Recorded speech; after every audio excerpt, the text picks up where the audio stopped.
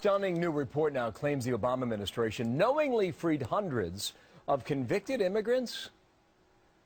The Washington Times saying that Immigration and Customs Enforcement released 36,000 who were in the process of being deported, included among them 116 who had been already convicted of murder, thousands convicted for drunken driving, and others reportedly convicted of sex crimes. Rich Lowry entered a national review with me in the studio to explain how in the world does this happen?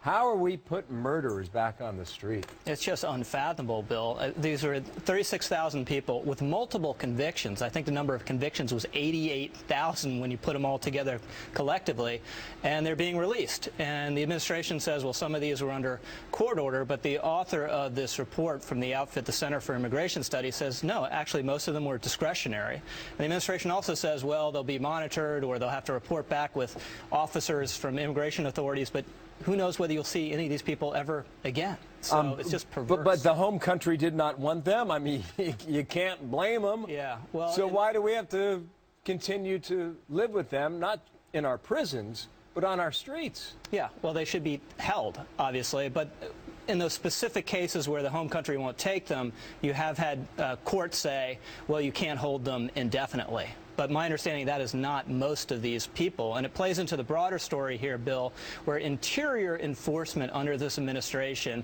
despite the spin, has drastically declined. And they get numbers of supposed record numbers of deportations by basically an accounting gimmick, where they're what used to be called returns. If they catch you at the border and they turn you around and say, see you later, you're going back to your home country, they're now counting those as removals, which is what are typically considered deportations. So while interior enforcement, once you're here in this country, your chances of getting deported are extremely slim, they're trying to say they're increasing deportations. So if you're caught on the border and you're sent back home, that's now considered a deportation? Correct. This is a different way of just adding up the math then. Correct. And interior enforcement, according to Jessica Vaughn, who did this report, last 2 years has decreased 40%. So you have this bizarre situation where you have the administration spin, oh, we're tougher on enforcement than anyone has been ever before, and you have the left going crazy over this and protesting the administration's heartless immigration enforcement policies. At the same time, interior enforcement has declined, and all indications are that it's going to decline further. Two more quick points. ICE says 75% of the convicted murderers released last year were considered mandatory releases. In other words, they had to do this because a court came in, a judge said, you have to do this, you have to follow the law. ICE came under fire also because they blamed the sequester in the budget cuts. It turns out, in the end, it had nothing to do with the sequester.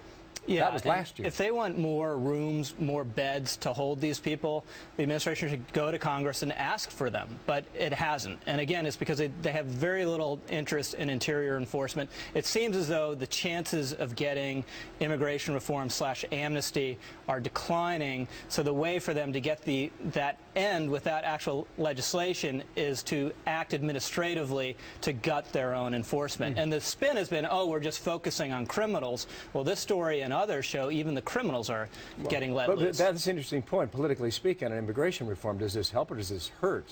It hurts because the Republicans, the opponents of immigration reform on the right, one of the arguments they make is you just can't trust this administration to enforce the law. So the more stories you have like this, the more resonance that argument has. I imagine a lot of people weren't aware of this, but they are now. Washington Times is all over it today. Thank you, Rich. Rich Lowry here in the studio. Martha, what's next?